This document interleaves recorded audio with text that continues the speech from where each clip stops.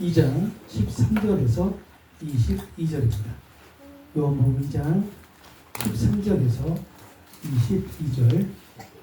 제가 지금 성경으로 144페이지 있습니다. 신약.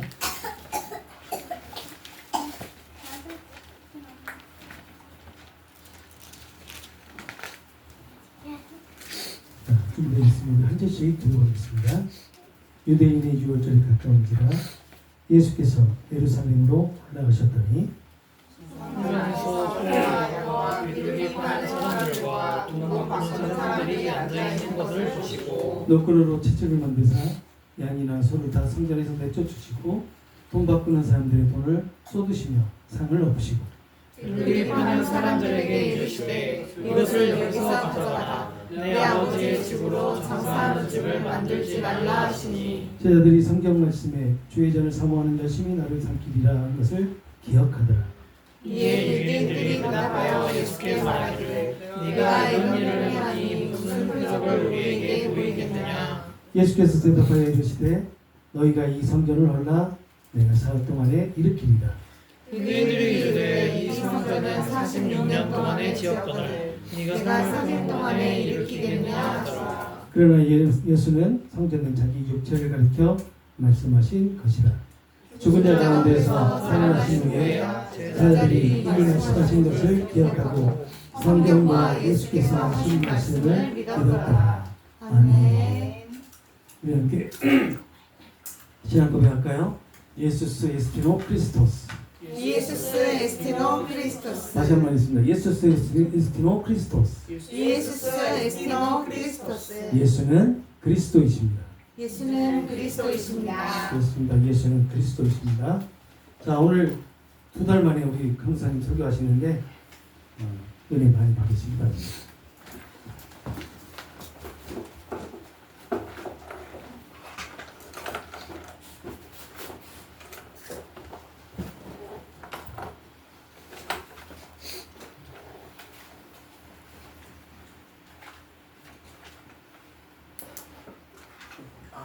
네. 감사합니다. 감회가 새롭네요.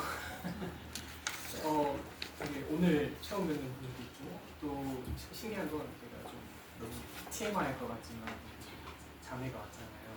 교육전도사 때 제가 사역했을 때 분이었어요. 한 21년도 때 그때 제가 사역을 했으니까 5년 만에 지금 예배 같이 공부해서 기분이 조금 새롭고 좀 남다른 것 같습니다.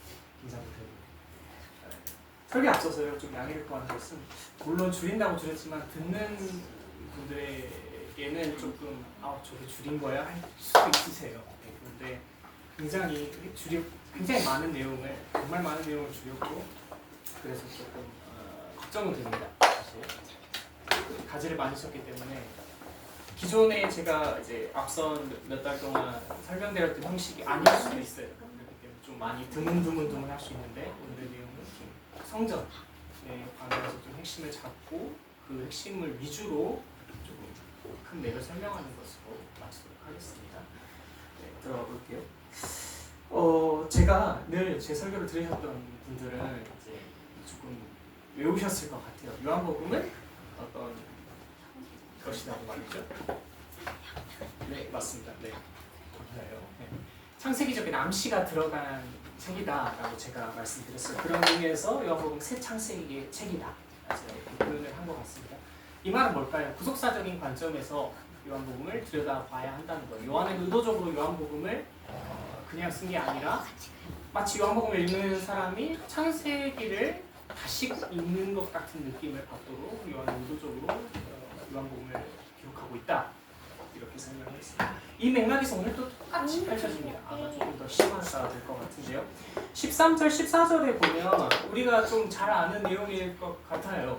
어떤 내용이었죠? 13절, 14절 보면 예수님이 유월절에 첫 유월절이었어요. 수많은 유월절이 이제 총 이제 3번으로 구분하기도 하고 4번으로 구분하기도 하는데 그 유월절 중 예수님의 사역의 첫 유월절입니다. 그분이요. 그냥 유월절이 아니에요. 근데 그 6월절에 예수님께서 성전에 올라가셨는데 14절에 성전이 어떤 상황이었다?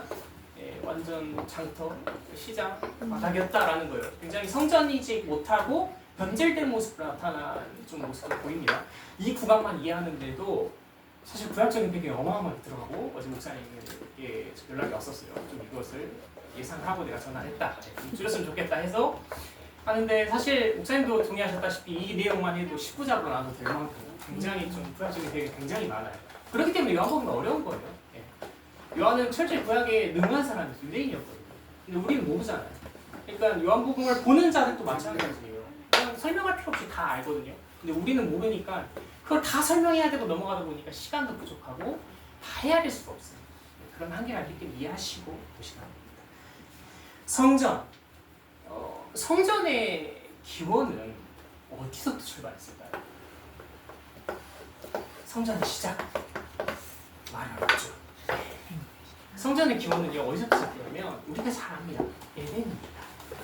예, 구약의 창조의 때 뭘 주셨죠? 에덴 동산을 주셨어요. 그리고 거기에 사람을 넣으셨어요. 에덴 동산에서 그 성전이 기원이 되는데 꼭 그렇게 말하면 에덴의 하나님 나라라고 표현할 수 있어요. 구별해야 될 것은 온 땅이 하나님의 나라였습니다. 온 천지 만물 하나님의 통치이고 창조하심이고 그것이 하나님의 나라였지만 그 가운데 에덴을 주셨다는 의미는 정확하게 알아야 돼요. 대표성을 가진다라는 겁니다. 하나님 나라의 대표성이고 에덴은 그런 의미에서 하나님 나라의 가시적인 것을 보여주는 곳이라는 거고 이해하면 좋아요. 그런데 그 말은 에덴이 있다는 것은 무엇을 의미할까요? 하나님의 통치가 있다는 겁니다. 하나님이 온 땅을 다스리신 주인이시다. 또 하나님의 통치가 온 땅 가운데 임하였다라는 것을 말하기도 합니다. 그런데 안타깝게도 우리가 아는 결말이에요. 에덴에서 쫓겨나죠 사람이. 그 이유가 바로 선악과의 과실을 먹음으로 말미암아 인간이 거기서 쫓겨나죠. 그뿐만이 아니라 쫓겨나는 것을 뿐만이 아니라 전적인 타락과 부패가 그때부터 시작된다라는 결말을 우리는 알고 있습니다. 자 그러면 하나님께 나와야 하는데 인간이 죄가 있어요. 그럼 나오지 못해요 당연히. 예. 그러니 그 다음부터 하나님이 두신 그림이 에덴의 이 가시적인 이 에덴의 그림을 부패한 세상 가운데 계속해서 드러내셔야 했거든요. 그 방법이 무엇이냐? 바로 우리가 알고 있는 답을 넘겨주세요. 우리가 알고 있는 성막과 성전입니다. 뭐라고요? 성막과 성전입니다. 죄인들 가운데에 특히 그냥 죄인이 아니라 택하신 언약의 백성, 우리가 알고 있는 이스라엘이라고 하는 이 백성들 가운데 성막과 성전을 통해서 날마다 끊임없이 계속해서 하나님의 통치를 계시하신 겁니다. 드러내신 거예요. 그러니까 이스라엘 백성은 성막에 있을 때, 성전에 있을 때 뭘 본 거죠? 뭘 봤다? 하나님이 통치하신다는 걸 계속 본 거예요, 두 눈으로. 네. 하나님의 통치하심을 성막과 성전을 통해서 경험하고 그 속에서 살아가게 된 거예요. 자, 두 군데를 짚고 첫 번째 성막이에요. 자, 저를 보세요. 괜찮습니다. 네, 괜찮습니다. 네, 당연한 거예요. 네, 볼 수 있어요. 성막은 언제일까요? 언제 유효할까요? 유효하죠. 출애굽 때예요. 이스라엘이 애굽에서 탈출하고 광야 생활을 떠돌 때의 성막이었습니다. 이동식 텐트였던 거죠. 텐트의 역할이었어요. 자, 그래서 다음 넘겨주세요. 다음 성전은 언제일까요? 이스라엘이 언약의 땅인 가나안 땅에 들어갔을 때의 성전이 유했습니다. 자, 좌측에는 어떤 그림이면 솔로몬의 성전이고요. 우측에는 스룹바벨의 성전을 정확하게는 않지만 재현한 거예요. 그러니까 그냥 그림으로 재현한 겁니다. 자, 그런데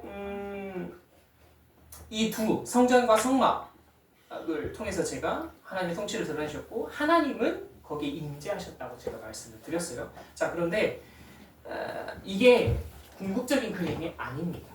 뭘까요? 그림자예요. 모형인 거예요. 이게 완성이 아니라는 거예요. 성막이나 성전이나 에덴의 하나님 나라를 보여주시는 통로로 방법으로 제시했지만 최종적인 그림은 아니었다라는 거예요. 예. 궁극적인 그림이 이후에 등장한다는 거죠. 그건 이따가 말씀 때 제가 더 밝히기로 하고요. 그럼 이 성전의 핵심의 원리는 무엇이었느냐? 먼저 하나님께서 죄인된 세상 가운데, 죄인들 가운데에 좌정하시고 임재하시고 은혜를 부으시며 동행하셨다라는 것이 그 핵심 원리입니다. 자, 그러면 백성들은요? 언약의 백성들은 어땠을까요? 언약의 백성들은 성전에서 속지 않고 정결함을 입는 거죠. 정결함을 입고 하나님을 경배하였습니다. 쉽게 말해볼게요. 하나님은 주인들 가운데 어떻게 하셨다? 찾아오시고 임하시고 다가가시고 은혜를 보신 거예요. 성전에서. 이 백성들은 어떻게 한 거죠?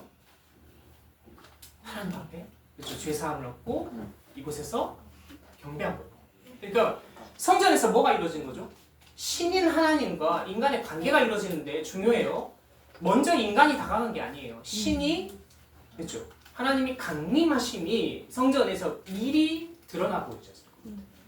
이게 구약에서 끝나지 않아요. 전 구속사 가운데 드러난 겁니다. 오늘도 똑같아요. 인간이 먼저 다가갈 거라고 절대 생각하시면 안 됩니다. 둘의 관계가 있었고 둘의 만남이 있었다는 것이 성전의 핵심입니다. 그러니까 그 표현이 있어요. 나는 너희 하나님이 되고 너희 내 백성이 되리라. 그것이 성전에서 이루어진 거예요. 그럼 백성의 측면에서 한번 설명을 성전을 이제 맞춰볼게요. 백성의 측면에서는 결국 성전에 가까이 하는 것이 뭐였을까요? 생명이었어요. 왜냐?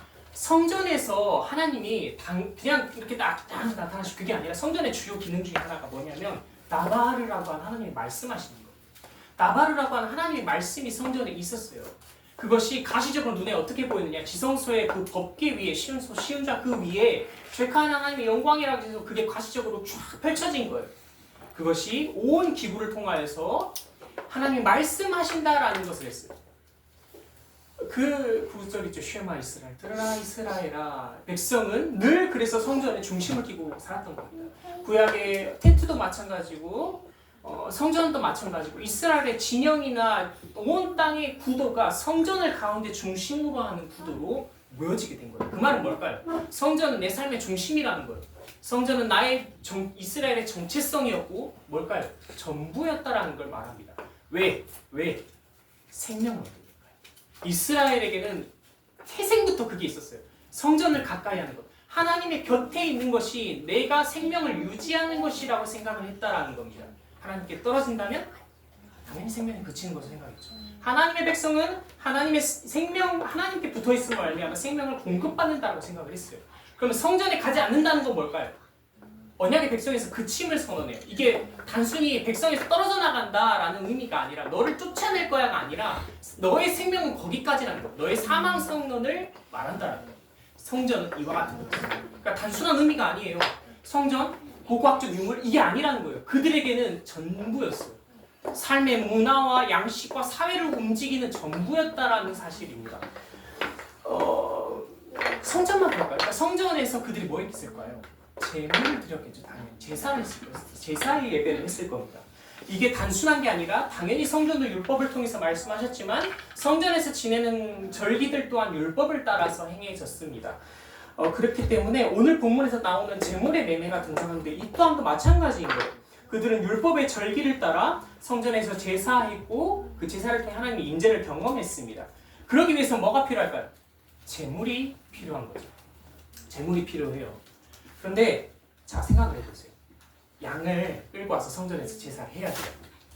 그런데 오늘 우리 한국하고 비교해볼게요. 광주에서 서울까지 양 한 마리를 끌고 올라가는데 이 양이 특히 오늘 본문에 6월절이 등장합니다. 6월절에 뭘 드려야 되냐? 흠없는 어린 양, 순양 한 마리, 순염소도 마찬가지인데 흠없는 거예요.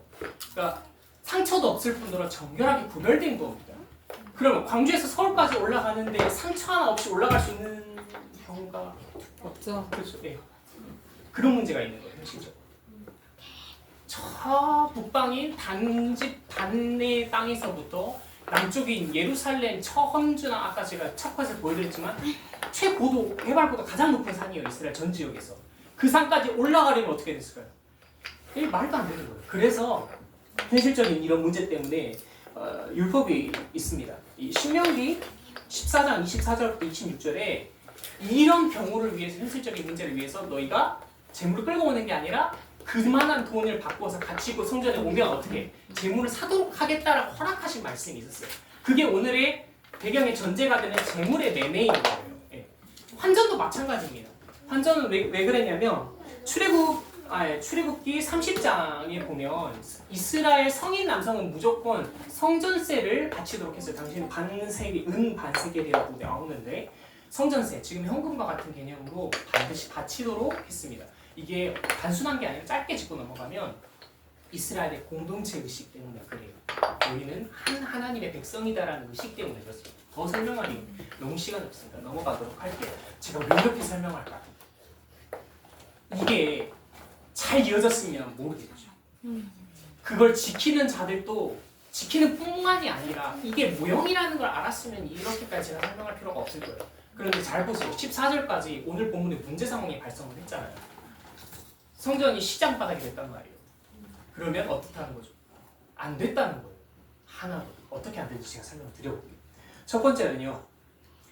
다음 넘겨주세요. 성전에, 특히 성전의 성소를 넘어서 뭐가 있냐면 지성소에 가면 지금 보시는 거 죄송합니다. 지금 보시는 건 1세기 당시의 헤롯 성전입니다. 앞에까지는 포로기 때 이스룹바벨 성전이었으면 지금 보시는 그림은 예수님 1세기 당시의 헤롯 성전이에요. 우측의 그림을 보세요. 솔로몬 성전도 굉장히 꽤 큰 규모였어요. 그럼에도 불구하고 헤롯 성전은 어떻죠? 감히 비교가 안 되죠. 어마어마한 규모였습니다. 그러니까 어떤 표현이 나오냐면 예수님 당시에도 46년간 짓고 있었다고 했어요. 그러니까 진행 중이었다는 거예요. 완공이 아니라. 넘어갈게요. 지성소에는 뭐가 있냐면 언약궤가 있었습니다. 이 언약궤 하나님의 인재의 상징이에요. 이것 때문에 인재하는 건 아니에요. 근데 인재를 보여주시는 통로예요. 네, 보여주시는 거고 가시적인 거거든요. 그런데 중요한 게 있어요. 다윗의 왕조인 남유다 왕국이 멸망합니다. 언제 멸망할까요? 예, 연도를 막까지 그렇고 바벨로니아 느부갓네살 때 망해요. 결국 다 망합니다. 자, 그때에 어떻게 됐을까요? 언약궤가 실종됩니다. 저게 실종돼요. 그러면 우리는 그냥 유물이 살아난다 보다 하는데 그들 입장에서 어떻게 됐을까요? 하나님 문제가 없어져. 네, 그래버린 거예요. 그러니까 멘붕인 거예요. 그냥 성전이 무너지고 저게 실종됐다는 건 그들에게는 존재가 없어지는 거예요. 네. 그래서 이게 좀 인용하기는 죄송하긴 하지만 마카비 2서에 2장 정도에 가면 이게 유대 전승 구전으로 내려온 유대 전승인데 확실치 않아요. 이거 신뢰할 만한 것도 아니에요. 그런데 거기에 보면은 뭐라고 나오냐면 선지자 예레미야가 그 모세가 언약의 땅을 바라본 그 느보산의 한 동굴에 예레미야가 저거를 갖다가 숨겼다 뭐 이런 말이 있는데 그건 이제 신뢰할 만한 건 아니고 유대 전승 그런 거 있다라는 겁니다. 여튼 그러면 그들이 그렇게 중요시 여겼던 언약궤가 있었는데 사라져 버렸어요. 그러면 그 다음부터 스룹바벨 성전부터 새롭게 성전을 건립했는데 어떻게 됐을까요? 저기 있어야 되잖아. 근데 어떻게 찾아? 그래서 그때부터 대치안이 발생하는 거예요. 그게 뭐냐? 율법입니다. 그래서 1세기 당시 율법을 그렇게 중요시 여기는 거예요. 율법의 기능이 어떤 자리를 대체했습니까? 언약궤의 하나님의 임재의 상징이었던 언약궤의 자리를 대체했으니까 그런 거예요. 단순히 율법주의에 빠지는 게 아니에요. 그들이 그렇게 율법을 혈안이 되고 강조한 게 그 배경 때문에 그래요. 신약 배경을 말씀을 드리는 겁니다. 근데 문제가 있죠. 토라를 단순히 강조하는 걸 넘어서 그냥 율법주의의 퇴색의 여지를 열어주게 된 거예요. 넘어가 볼게요. 죄송합니다. 이렇게 죄송합니다. 헤롯이요. 이 전그림 한번 보여주세요. 헤롯이요. 저 성전을 왜 건립했냐? 헤롯이 이스라엘 민족이 아니었어요. 에돔 출신입니다. 그러니까 이방인이에요. 이방인은 왕이 될 수 없죠. 이스라엘 땅에서. 그런데 왕이 됐어요. 어떻게 왕이 됐느냐? 이 누구냐면 역사적으로 로마의 악티오메시아 일으켰던 안토니우스의 열렬한 지원자였어요. 안토니우스가 누구냐 또 막 들어가면은 카이사르와 내연을 했고 그 이집트 여왕 클레오파트라 했죠. 그 사람이랑 그 다음 내연을 관계를 펼쳤던 사람이에요. 뭐 그런 게 있어요. 근데 그 안토니우스랑 누구랑 결국 싸움을 붙냐면 아티오메전이라고 해서 옥타피아누스. 우리가 성경에 등장하는 가이사 아우구스투스랑 전쟁을 벌입니다. 누가 이겼을까요? 당연히 아우구스투스가 이겼어요. 그러니까 잘 생각해보세요. 자기 위치가 죽겠죠. 자기가 지원하던 사람이 패배를 하고 상대편이 이겨버렸어. 그럼 자기는 끝난 거잖아. 그러니까 빨리 이 사람 눈치가 굉장히 빨라. 빨리 로마 황제 로마에 가가지고 무릎을 꿇고 나를 살려달라고. 그래가지고 충성을 맹세합니다. 그래서 뭘 했냐? 헤롯 대왕의 자리를 유지하고 유대 팔레스타인 지역의 분봉 왕의 타이틀을 따내요. 근데 내가 왕이긴 하지만 민심의 지지가 없잖아. 그래서 건립한 게 헤롯 성전인 겁니다. 잘 생각해보세요. 그러니까 결국 목적이 뭐라는 거예요? 백성의 지지를 얻기 위한 거예요. 내 권력을 탄탄하게 하기 위해서 성전을 버린 것이지 그 안에 하나님은 없다는 거예요. 자기 권력이 수단으로 지금 성전을 건립한 거예요. 솔로몬 성전과 완전 대립하죠. 네. 그러니 사회가 그랬으니 성전의 요직과 주요 권력층, 지도층, 심지어 대제사장직들 다 뭐였을까요? 네. 친로마파였습니다. 가장 대표적인 것이 가야바와 안나스와 가야바가 동시에 등장하죠. 대제사장 한 명이어야 하는데 예수님을 붙잡았을 때 대제사장이 2명이었어요. 무슨 말이냐면 안나스는 혈통을 따른 이스라엘, 물론 정통 혈통이라고 하긴 또 그렇지만 혈통을 따라 대제사장이 됐지만 로마 정부에 의해 파직을 당해요. 그리고 로마가 자신들의 정부에 친할 수 있는 가야바라고 하는 사위예요. 장님과 사위 관계인데 가야바를 얹어놔요. 그러니까 2명이 되는 거예요.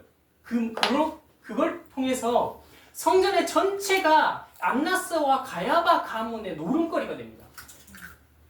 모든 독점권을 가지는 거죠. 그래서 당시의 성전에 어떤 현상이었냐면 오늘 본문의 14절에 등장하는 성전세를 위해서 또는 성전의 재물을 매매하는 이것을 장소를 이방인의 뜰이라고 우리 권사님께서 자주 말씀해 주셨는데 기도하는 공간이 이방인의 뜰로 옮깁니다. 거기서 이제 매매를 하기 시작하는 거예요. 그런데 그냥 단순하게 매매를 하는 게 아니라 안나스 가문에서 아예 독점을 취하게 되는 거예요. 그러니까 독점을 취하게 되니까 결국 어떻게 될까요? 멀리서 재물을 끌고 오는 사람이 있어도 그거를 일부러 불합격 판정을 치는 거예요. 왜? 팔아야 되니까. 그럼 팔 때 그냥 팔까요? 엄청난 살인적인 폭리를 취하는 거죠. 그뿐만이겠어요? 이 성전세, 화폐 단위가 다르니까 성전세를 납부하려고 돈을 환전하러 가면 어떻게 했을 거예요? 수수료를 어마어마하게 가겠어요? 어떻게 하겠냐? 그런 막대한 자금들이 결국 일반 사람 이런 하급 레위인들에게 돌아간 것도 아니라 안나스와 가야바의 주머니로 들어갔다는 거예요. 자, 그럼 결론 낼게요. 제가 13절, 14절을 설명하기 위해서 이렇게 길게 왔는데 이것도 줄인 거예요. 죄송해요. 그런데 결론은 뭐예요? 성전이 어떤 곳이었다는 거예요. 1세기 당시 예수님이 가셨을 때. 네. 하나님의 처소가 아니었다는 말이에요. 하나님의 임재는 어디 가고 뭐였다는 거죠? 불의의 요새가 되었다는 거예요. 성전은 그런 곳이었습니다. 당시의 성전은. 그곳에 예수님께서 오늘 성전에 들어가신 겁니다.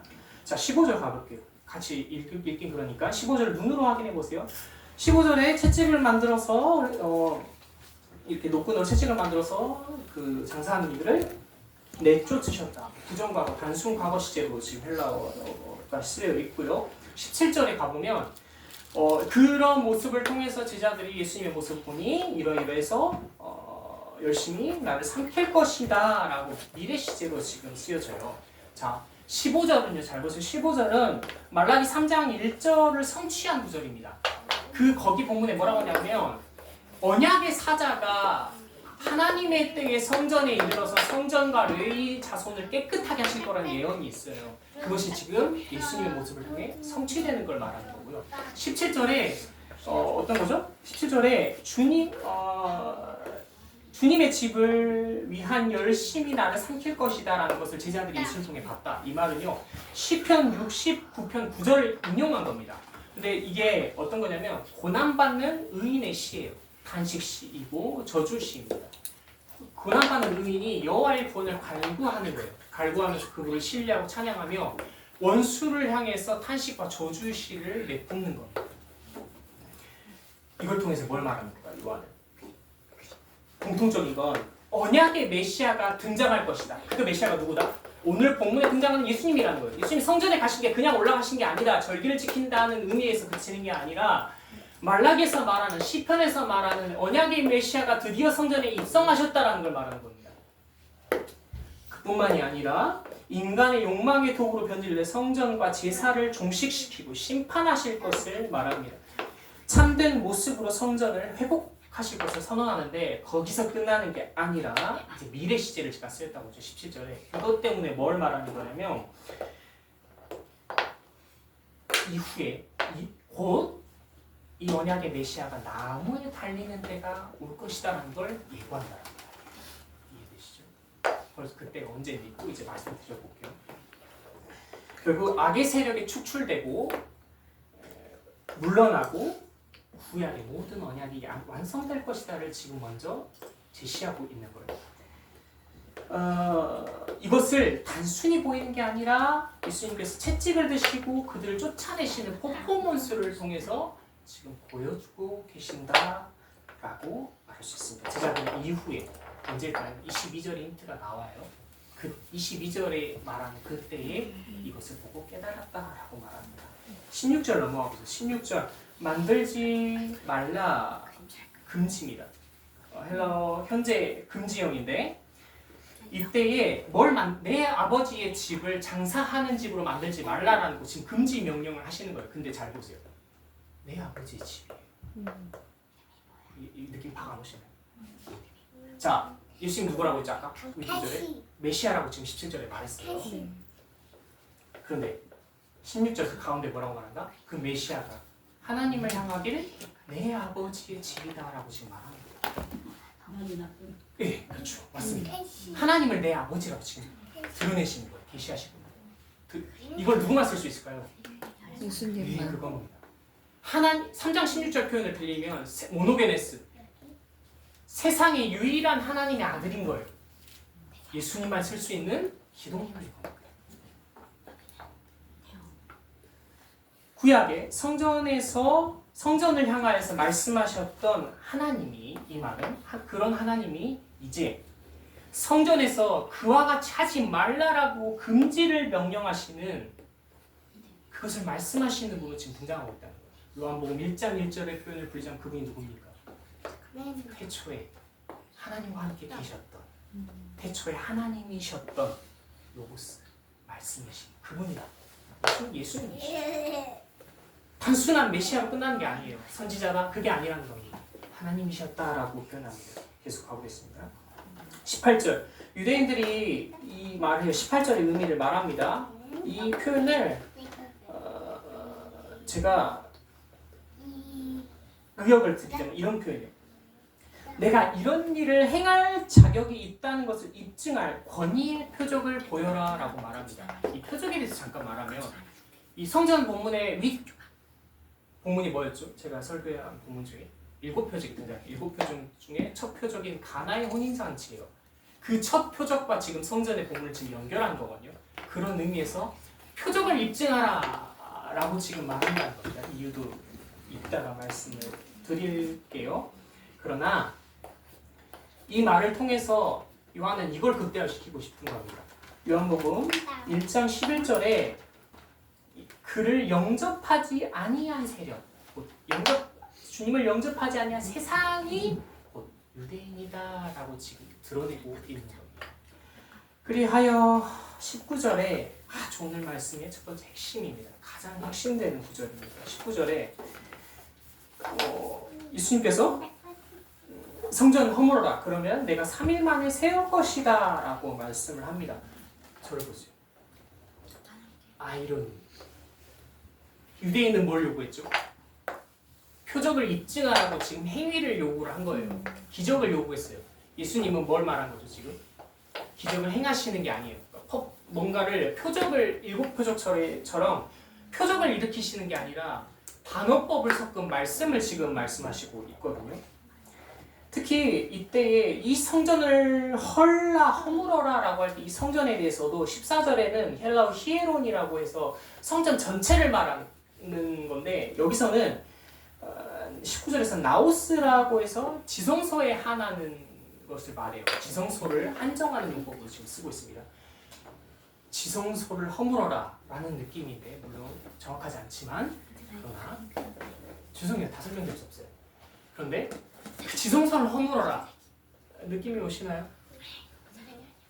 문자적으로는 이때 허물어라 라는 것을 부정과거 명령의 단순 과거의 명령형의 형태인데 파괴하라 라는 뜻으로 사용할 수 있습니다. 그러니까 의역하자면 너희가 유대인들 너희가 한번 이 성전을 허물어 보아라. 그러나 결정적으로 이것은 언제든지 무너질 것이다 라는 문자적으로 의역하면 이렇게 쓸 수 있어요.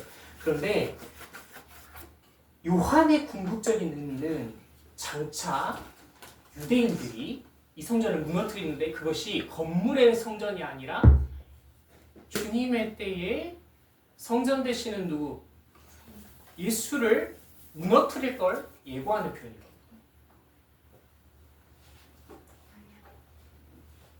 3일 만에 일으킬 것이다. 미래 능동직설법이에요. 우리가 로마서를 통해서 이 말씀을 한번 이 용법을 봤습니다. 반드시 일어날 일을 예고하는 용법인데 문자적으로 내가 3일 만에 일으킬 거야 라는 것이 건축할 거다 라는 표현이에요.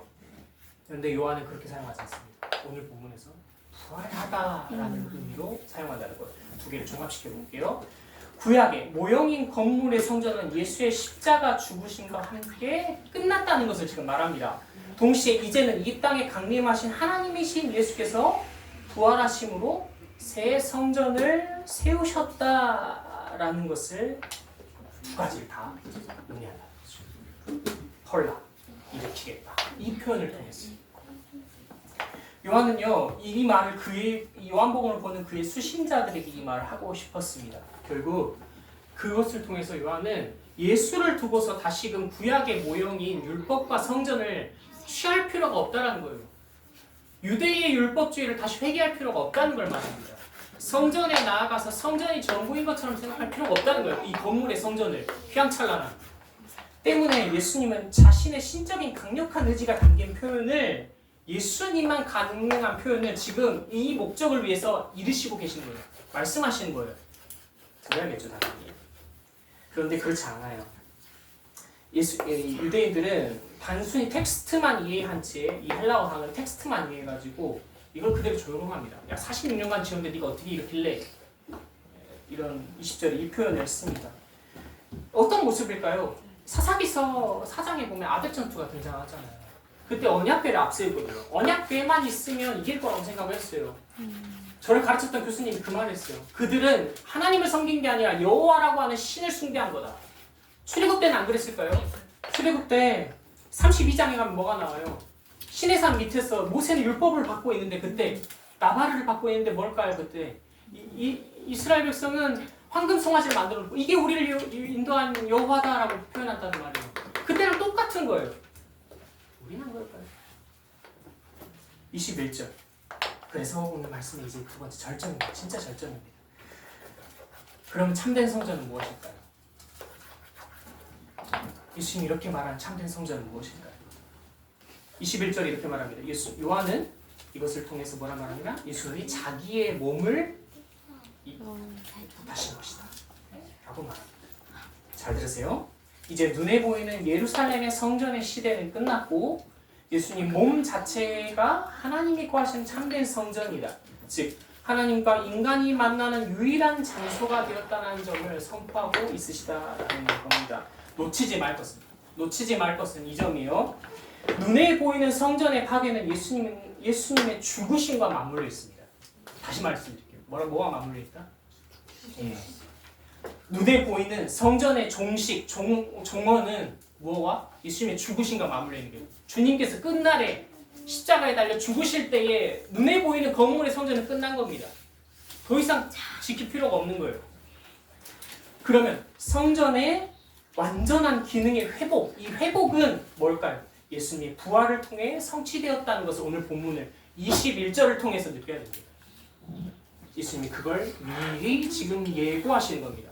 뭘 예고하시는 겁니까? 결론 쉽게 말하면 당신의 죽으심과 부활을 자기를 영접하지 않고 결국 성전 모독과 신성 모독을 향해 걸어서 죽이려는 자들 앞에서 그 세상 앞에서 메시아시고 있습니다.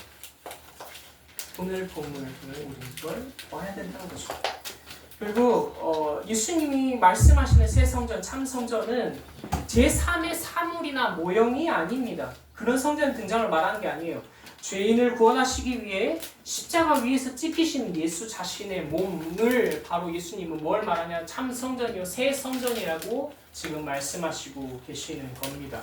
그러므로 예수를 영접하는 자들은요, 요한복음 1장 계속 기억해야 돼요. 제가 설교 처음 들으시는 분 정말 죄송합니다.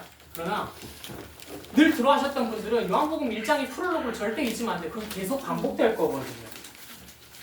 예수 안에 있을 때 예수를 영접한 자들, 예수 그의 이름을 믿는 자들은 예수 안에 있을 때, 예수 안에 거할 때에 에덴의 하나님의 나라를 볼 것을 주님이 말씀하시고 계시는 겁니다. 이 구절은 결국 구약에 에덴의 하나님 나라에서 생명나무로부터 나오는 생명수, 생명이 더 나아가 구약의 성전의 지성소회를 뒤덮은 그 쉐카인 하나님의 영광의 임재를 맛봄으로 말미암아 얻은 그 생명이 이제는 뭐죠? 이제는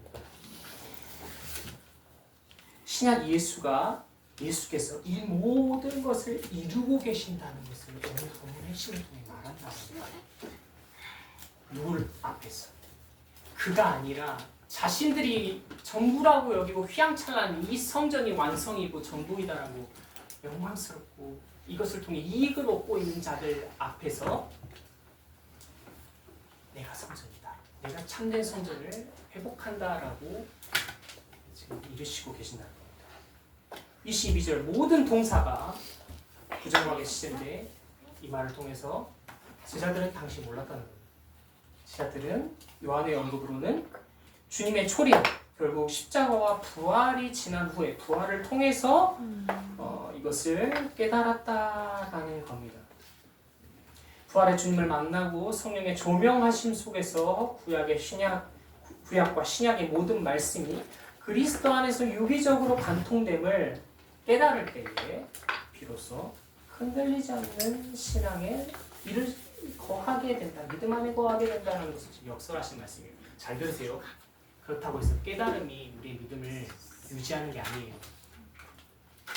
깨달음에 믿음이 생깁니까? 아니에요. 제가 아까 뭐랬죠? 믿음의 시작은 뭡니까? 그리스도 외에는 없다는 거예요. 성령의 조명하심이 없다면 우리는 깨닫는 것도 안 됩니다. 그리스도를 알아볼 수도 없어요. 그리스도를 믿는 것도 불가합니다. 그걸 기억하셔야 됩니다. 왜냐? 우리 이렇게 말하죠. 흔히 말씀을 공식하기 위해서 믿음을 들으면서 난다. 아니에요. 물론 성령의 조명하심 속에 반복적으로 우리에게 말씀하시고 들려지죠. 그런데 그게 첫 번째가 아니라는 거예요. 처음부터 잘 생각하셔야 돼요. 본질적으로. 그것부터 찬찬히 쌓아야 합니다. 오늘 말씀 종합해 보겠습니다. 정리할게요. 오늘 본문은 마태복음, 마가복음, 누가복음에서는 예수의 사역 말기에 기록을 해요. 예수님 성전에 올라가신 분이 성전을 뒤엎으신 것. 그런데 요한복음 특징적으로 예수님의 사역 초기에 이것을 기록하고 있습니다. 이유는 예수님의 사역 시작인 첫 번째 한 주부터 구약의 모든 성전 제도가 예수 그리스도 안에서 어떻게 종결되고 완성되는가를 독자들에게 강렬하게 각인시키기 위함이 있습니다. 이를 위해 제가 아까 말씀드렸던 7표적 중에 첫 번째 표적인 가나의 혼인잔치가 등장하죠. 가나의 혼인잔치와 그 밑에 성전의 본문을 지금 연결시키고 있는 거예요. 이 연결을 통해서 뭘 지금 말하고 있을까요?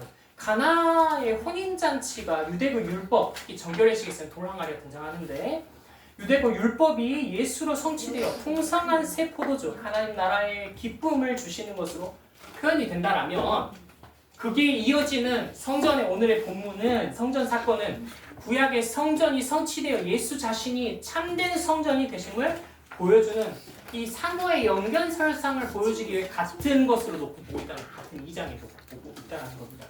쉽게 표현해 볼까요? 요한의 요한복음의 메인 관심은 창세기 에덴의 하나님의 나라가 어떻게 회복되는가예요. 더 정확히 말하면 예수께서 그것을 어떻게 회복시키고 계시는가가 요한의 메인 그림입니다. 성전은 또는 앞서 말한 돌 항아리입니다. 모형이었던 거예요. 그림자입니다. 완전한 게 아니에요. 그것을 통해서 가시적인 의미를 전달하는 거죠. 그걸 통해서 그것이 예수 안에서 지금 이루어졌다는 걸 말한다는 거예요. 그리하여 장차 너희가 나의 십자가와 부활로 말미암아 그 참된 기쁨을 맛볼 것이다. 성전의 행에서는 내가 하나님께 구속으로 나아갈 유일한 길이 된다는 거예요. 내가 길이요 진리요 생명이니 생명을 얻는 유일한 길이 된다는 걸 성전을 통해 지금 말씀하신다는 거예요. 말씀 맞추면서 요한복음 2장 13절, 22절을 표현을 빌리자면 6월절 어린 양이신 그가 성전에 올라가셨다라고 결국 오늘 말씀을 요약해서 표현할 수 있겠습니다. 이 말은 이후에 성전의 산에 올라 그가 나무에 달리신다는 요한복음 3장 14절로 이어집니다. 다음 달 볼 겁니다. 같이. 그걸 지금 암시하는 거예요. 더 세분화돼서 나올 거예요. 우린 요한복음 1장 11절부터 12절에 이 말을 기억해야 합니다. 참 성전이 어둠에서 자유케 하시기 위해 죄인들에게 빛을 비추셨으나 죄인들은 그분마저도 자신들의 어둠에 가두고 죽이려 했다는 것을 오늘 본문을 기억해야 합니다.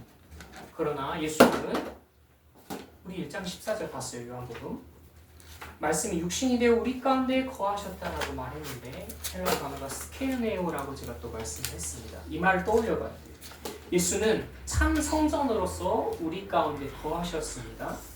구약에 하나님께서 친히 성막을 치시고 자기의 백성들 성막 가운데 또한 거하셨다는 겁니다. 그 말은 결국 뭡니까? 주님을 그리스도시요 하나님이 되신다는 것을 요한은 지금 말하고 있다는 겁니다. 우리를 죄에서 속죄하실 그분은 대단한 성인이나 어떤 선지자가 아니라 그렇게 찾고 구하는 하나님이시다는 겁니다. 우리의 생명을 내시니가 우리의 생명을 구원하신다라는 것을 지금 요한은 드러내고 있습니다. 여러분 믿으십니까? 어떻게 적용할 수 있을까요? 말씀입니다. 유대인들만 나쁜 놈이 아니에요. 되게 이 본문을 그렇게 사용하거든요. 유대인들 나쁜 놈이다. 또는 오늘날 교회의 위기를 막 대입하려는 것을 사용해요. 그런데 유대인들만 나쁜 놈일까? 성전을 자신의 이익의 수단으로 소유하려고 했던, 이용하고 수단으로 전락시켰던 유대인이 나쁜 놈입니까? 저는 그렇게 생각하지 않습니다.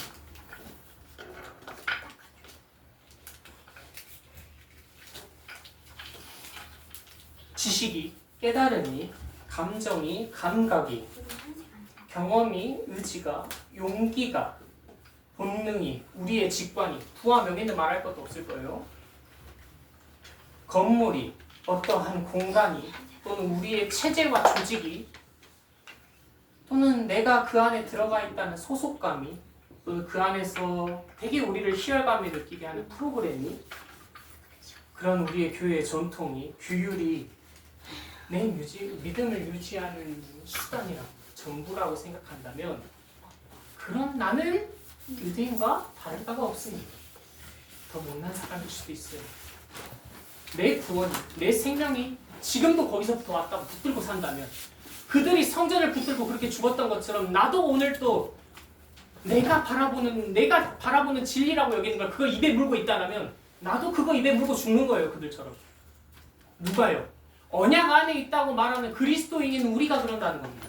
밖에 사람 말할 거 없이 우리가, 나 또한 그래요, 여러분. 어느 때보다도 본질의 회기로 가장 필요한 때가 아닐까 싶습니다. 교회가, 우리의 공동체가, 각 사람이 우리가 어디서부터 출발했고 우리가 얻은 이 생명이 무엇으로부터 왔는지 그리스도 안에 거하는지 생각할 때입니다. 오늘 말씀을 기억하면서 함께 기도하도록 하겠습니다. 기도하시겠습니다.